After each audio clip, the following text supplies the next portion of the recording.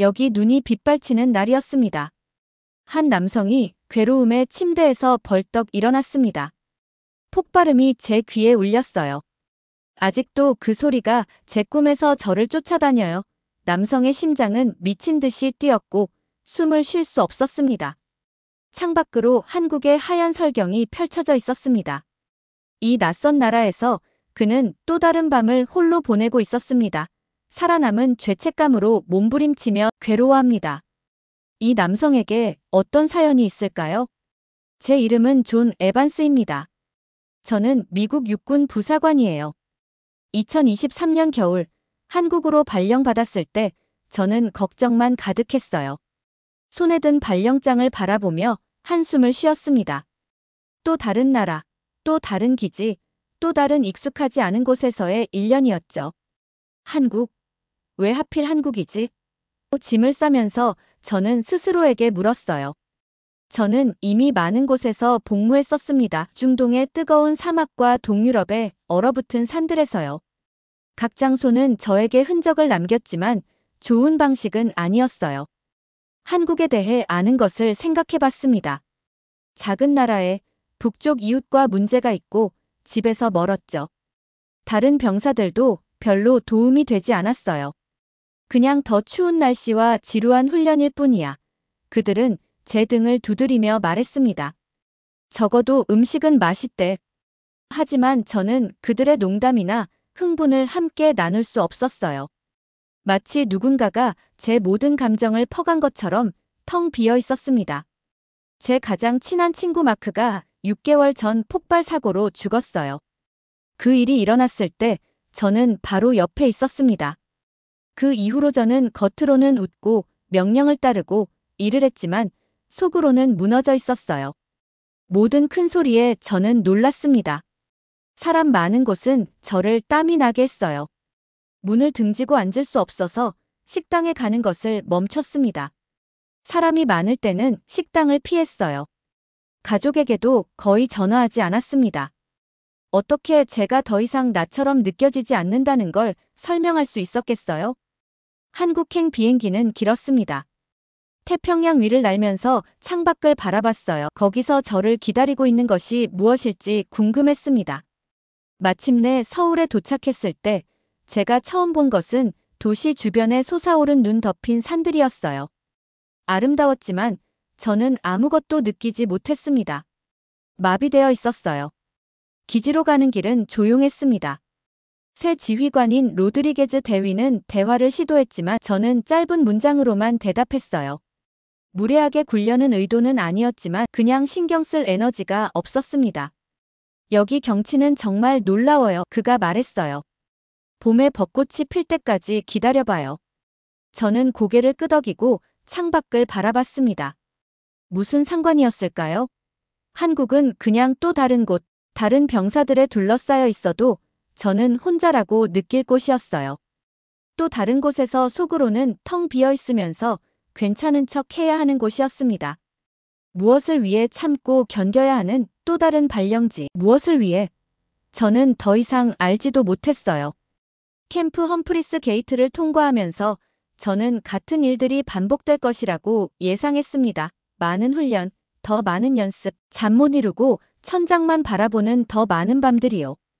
저는 새 막사에 몇 안 되는 물건들을 풀어놓고 침대에 누워 이 낯선 곳에 익숙하지 않은 소리를 들으며 뭔가가 다시 제대로 느껴질 수 있을지 궁금해했어요. 한국에 온 지 2주 후, 저는 더 이상 기지 안에 있는 것을 참을 수 없었어요. 벽이 저를 향해 좁아지는 것 같았습니다. 토요일 아침이었고 예정된 훈련은 없었어요. 저는 가장 따뜻한 옷, 두꺼운 스웨터, 청바지, 그리고 무거운 겨울 코트를 입고 기지 밖으로 산책을 나가기로 했습니다. 저는 평화와 조용함이 필요했어요. 병사들이 웃고 소리치는 막사의 소음은 저에게 너무 힘겨웠습니다. 저는 제 생각들과 함께 혼자 있거나 아니면 그 생각들에서 완전히 벗어나고 싶었어요. 문 앞의 경비병은 제가 외출 서명을 할 때 눈썹을 치켜 올렸습니다. 술을 마시거나 쇼핑을 하러 가는 게 아니라면 겨울에 기지를 떠나는 병사들은 많지 않았어요. 어디 가세요, 에반스 상사? 그가 물었습니다. 그냥 산책하러요. 저는 말했어요. 신선한 공기가 필요해서요. 기지바꾼 길이 텅 비어 있었습니다. 눈이 모든 것을 덮어 세상이 깨끗하고 새롭게 보였어요. 키가 큰 소나무들이 길을 따라 서 있었고 가지들은 하얀 눈으로 무거워 보였습니다. 제 부츠가 눈 위에서 바스락거렸고 제 숨은 차가운 공기 속에 작은 구름을 만들었어요. 몇 달 만에 처음으로 저는 평온함을 느꼈습니다. 눈 덮인 풍경의 고요함이 저의 긴장된 신경을 진정시키는 무언가가 있었어요. 폭발 없이, 소리침 없이, 항상 경계할 필요도 없이 그저 침묵과 제 발자국의 일정한 리듬만 있었습니다. 오랫동안 아마 2시간 정도 걸었어요. 계획했던 것보다 기지에서 더 멀리 왔습니다. 길이 언덕을 돌아가면서 그때 저는 그것을 보았어요. 소나무들 사이에 있는 작은 건물이었습니다. 한국어로 된 바랜 간판에 도서관이라 적혀 있었습니다. 저는 궁금했어요.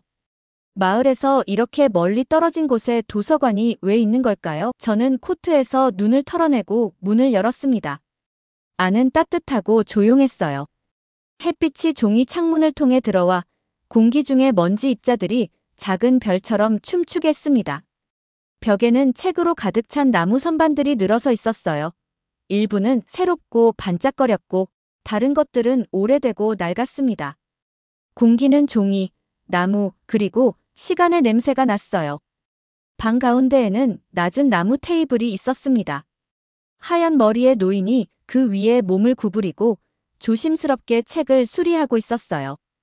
그의 주름진 손은 찢어진 페이지에 부드럽게 풀을 바르며 놀라운 우아함으로 움직였습니다. 그는 단순한 옷, 어두운 바지와 바랜 파란색 스웨터를 입고 있었지만 그에게는 존경을 명하는 무언가가 있었어요. 제가 삐걱거리는 마룻바닥을 밟았을 때 그는 올려다봤습니다. 우리 눈이 마주쳤고 그는 친절한 미소를 지었어요. 그는 제가 누군지, 왜 여기 있는지 묻지 않았습니다. 제 군대식 머리를 쳐다보거나 왜 미국인이 한국 시골에서 돌아다니는지 질문하지 않았어요.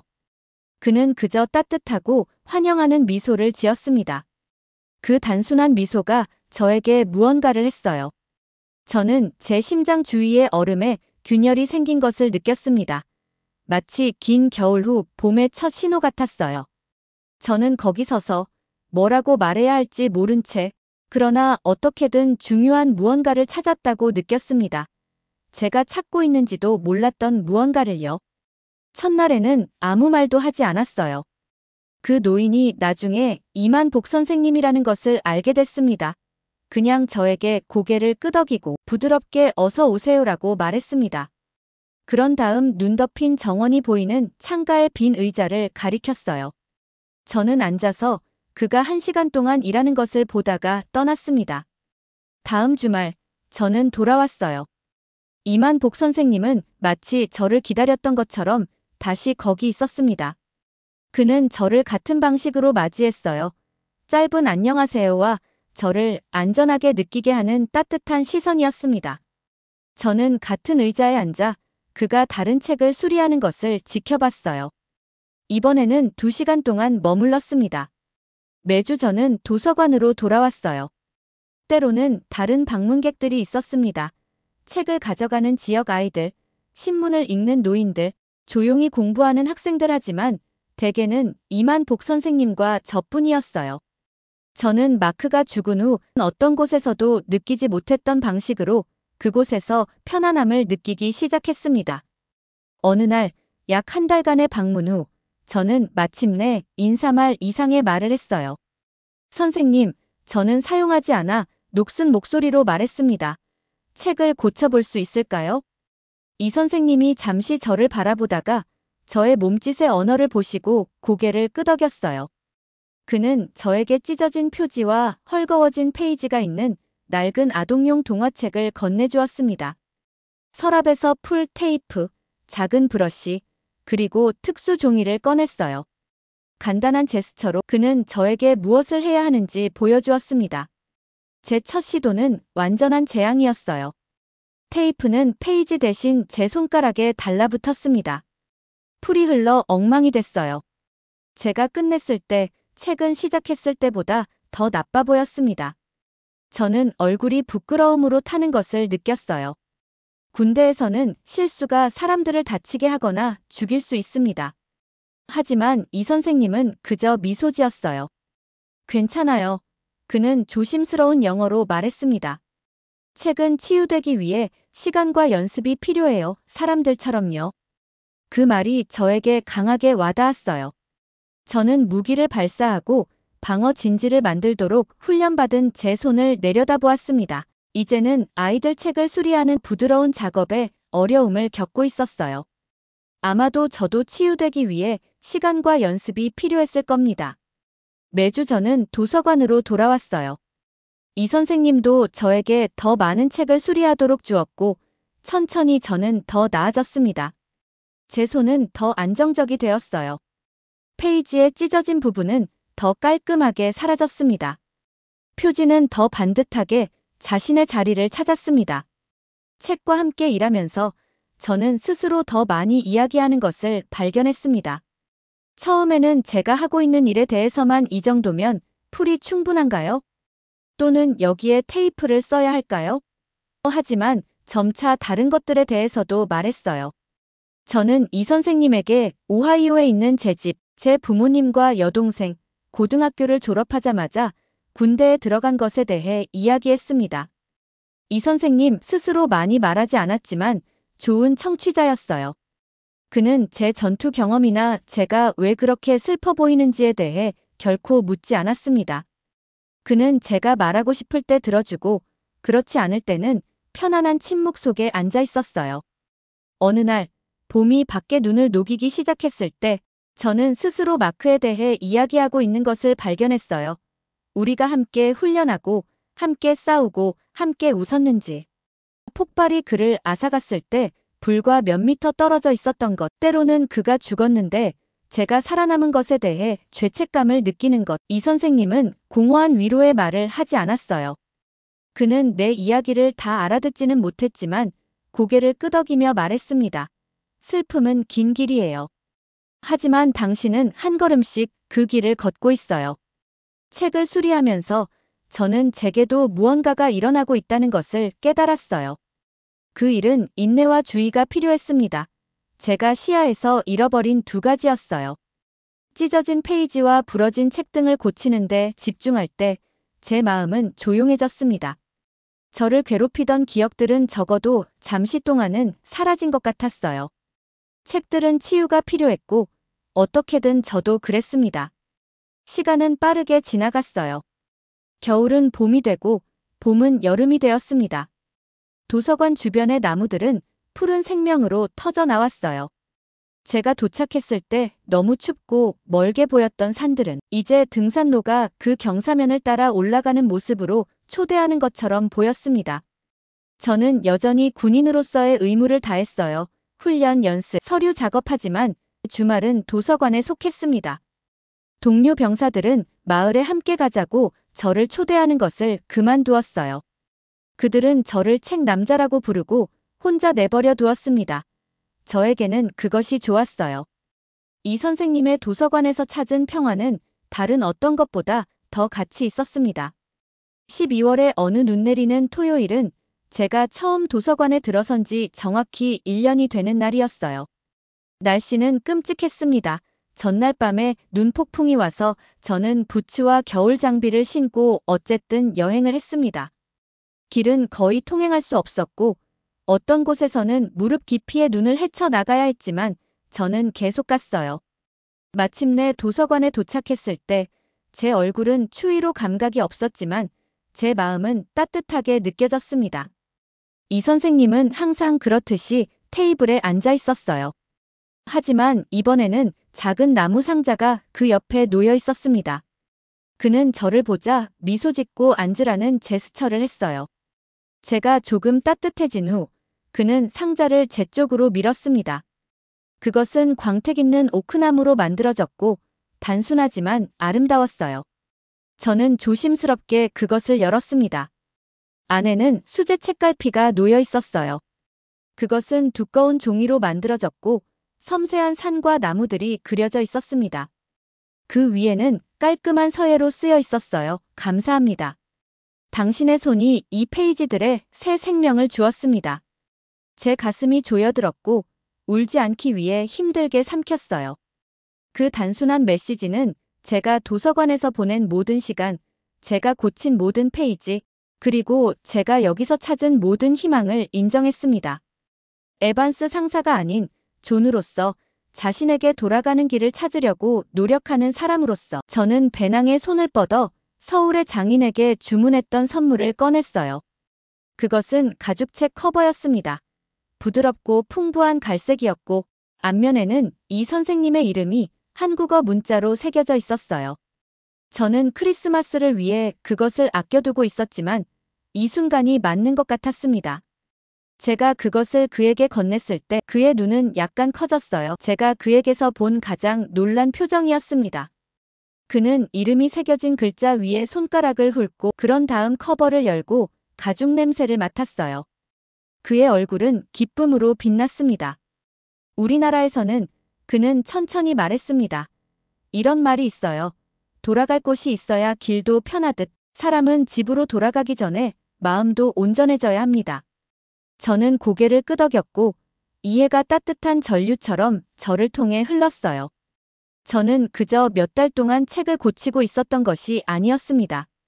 저는 제 자신으로 돌아가는 길을 찾고 있었어요. 전쟁 전, 상실 전, 고통 전에 제가 누구였는지의 산산조각난 부분들을 다시 맞추고 있었습니다. 이 선생님, 저는 목이 메어 말했어요. 어떻게 감사해야 할지 모르겠습니다. 그는 부드럽게 고개를 저었습니다. 친구 사이에는 감사가 필요 없어요. 친구. 그 단어가 제 마음속에 울렸어요. 제 언어를 거의 말하지 않는 이 조용한 노인은 제 친구가 되었습니다. 아마도 마크 이후로 제가 사귄 가장 진정한 친구였을 거예요. 우리가 많이 이야기했거나 모든 것을 공유했기 때문이 아니라 그의 존재 속에서 저는 치유할 수 있는 공간을 찾았기 때문이었습니다. 그날 저녁, 밖에서 눈이 계속 내리는 동안 우리는 이 선생님이 준비한 차와 떡을 나눴어요. 우리는 편안한 침묵 속에 앉아 창문에 쌓이는 눈을 지켜보았습니다. 각자 우리의 선물을 들고 각자 이전에 없었던 방식으로 온전해졌어요. 봄이 다시 왔고 벚꽃과 따뜻한 바람을 가져왔어요. 저는 이미 한국에서 1년 반을 보냈습니다. 원래 발령보다 더 오래요. 저는 연장을 요청했었어요. 제가 결코 할 것이라고 생각하지 않았던 일이었습니다. 하지만 모든 좋은 일에는 끝이 있기 마련이었죠. 4월의 어느 아침, 저의 지휘관이 저를 사무실로 불렀습니다. 에반스, 그가 말했어요. 당신은 재배치됩니다. 에스토니아에서의 나토 훈련이에요. 다음 주에 출발합니다. 제 마음이 무너졌어요. 에스토니아는 유럽을 의미했고 제가 평화를 찾은 이 작은 한국 도서관에서 수천 마일 떨어져 있다는 것을 의미했습니다. 저는 고개를 끄덕이고 내라고 말한 다음 제 물건들을 싸러 제 막사로 돌아갔어요. 그 주말, 저는 벚꽃이 늘어선 거리를 통해 마지막으로 도서관에 걸어갔습니다. 나무들은 꽃이 만발했고 바람이 불 때마다 분홍색 꽃잎이 눈처럼 떨어졌어요. 사람들은 밖에 나와 사진을 찍고 소풍을 하고 있었습니다. 가족들이 나무 아래에서 함께 웃고 있었어요. 아름다웠고 이번에는 그 아름다움을 제 마음 깊은 곳에서 느낄 수 있었습니다. 이 선생님, 제가 첫날 받았던 것과 같은 고요한 미소로 저를 맞이했어요. 하지만 그는 제 얼굴에서 무언가를 봤나 봅니다. 왜냐하면 그의 미소가 약간 사라졌거든요. 선생님, 저는 목에 걸린 말을 했습니다. 다음 주에 떠나야 해요. 저는 에스토니아로 재배치되었어요. 그는 조용히 고개를 끄덕이고 그의 손을 뻗어 제 손을 잡았어요. 그의 소나기는 단단하지만 부드러웠습니다. 그에 관한 모든 것처럼요. 말이 필요 없었어요. 우리는 조용히 함께 앉아 마지막으로 책을 수리했습니다. 유일한 소리는 페이지가 바스락거리는 소리, 난방 시스템의 부드러운 소리, 그리고 가끔 방문객이 선반 사이를 조용히 움직이는 소리뿐이었어요. 우리가 한국 동화 모음집을 마친 후 이 선생님은 책상 서랍을 열고 제 낡은 노트를 꺼냈습니다. 저는 그것을 사용해 제가 수리한 책들과 배운 기술들을 기록해 왔었어요. 그는 서예 붓을 집어 잉크에 담근 다음 굵은 한국어 글자로 한 문장을 썼습니다. 책은 기억을 담고 있어요.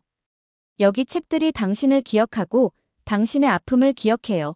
이제 모든 기억을 책에 담고 떠나세요. 눈물이 제 눈을 찔렀어요. 그는 제 여정을 이해하고 있었습니다. 아마도 제 자신보다 더 잘요. 그러고 그는 저에게 또 다른 책갈피를 건넸습니다. 첫 번째와 비슷했지만 다른 산들이 그려져 있었어요. 이것에는 이렇게 쓰여 있었습니다. 언제든지 돌아오세요. 이곳이 당신을 기다립니다. 저는 그것을 제 포켓에 넣었어요.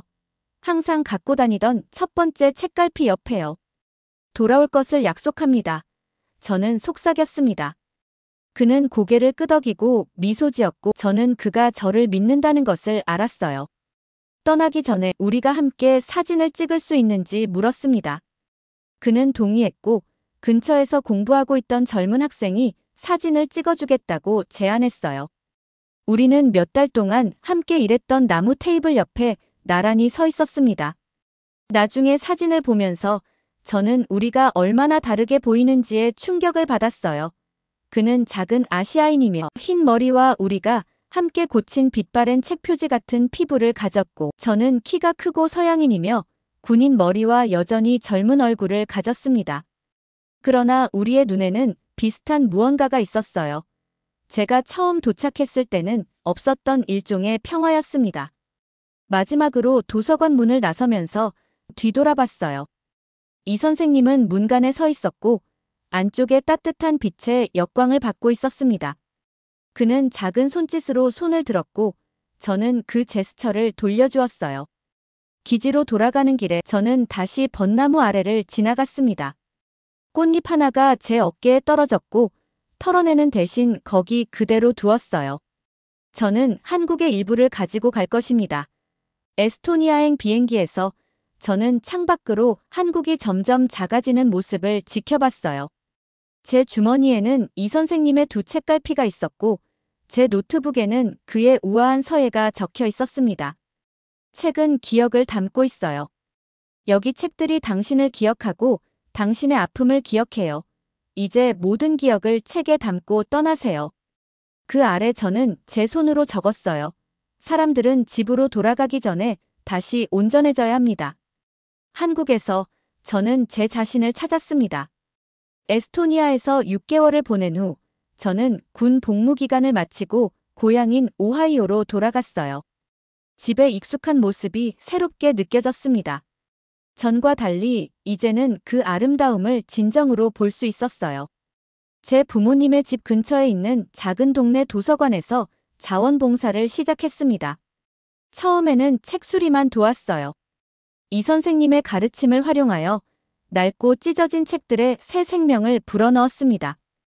왜 이렇게 오래된 책에 시간을 쓰나요? 도서관 관장이 어느 날 물었어요. 저는 미소 지으며 대답했습니다. 책은 단지 종이와 잉크가 아니에요. 그것은 기억이고 이야기죠. 우리가 손상된 것들을 돌보는 법을 배울 때 우리 자신도 치유됩니다. 시간이 지나면서 저는 재향군인 독서 모임을 시작했어요. 우리는 함께 책을 읽고 이야기하고 때로는 아픔을 나누었습니다.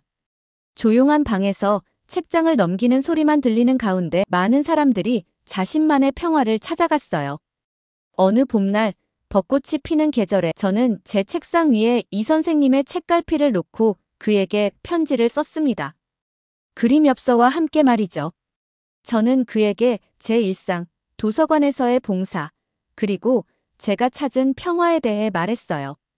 당신이 저에게 보여주신 것처럼 저도 다른 이들에게 보여주려고 노력하고 있습니다. 책처럼 우리도 시간과 주의가 필요합니다. 창밖으로 제 정원의 작은 벚나무가 바람에 흔들렸어요. 3년 전 한국에서 돌아온 후 심은 나무였습니다. 이제 그것은 첫 꽃을 피웠고 분홍빛 꽃잎들이 제 마당에 부드럽게 떨어졌어요. 저는 이제 이해합니다. 여행은 우리를 멀리 데려가기도 하지만 결국 우리를 집으로, 우리 자신에게로 데려오는 것이죠. 제 손가락으로 책갈피의 글자를 천천히 따라 그리며 저는 생각했어요. 사람들은 집으로 돌아가기 전에 다시 온전해져야 합니다.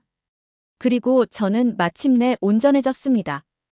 여러분은 예상치 못한 곳에서 위안을 찾은 적이 있으신가요? 영상 함께 시청해주셔서 감사합니다. 아래 댓글에 여러분만의 이야기를 공유해주세요. 저희는 그것을 듣고 싶습니다. 행복한 하루 되세요.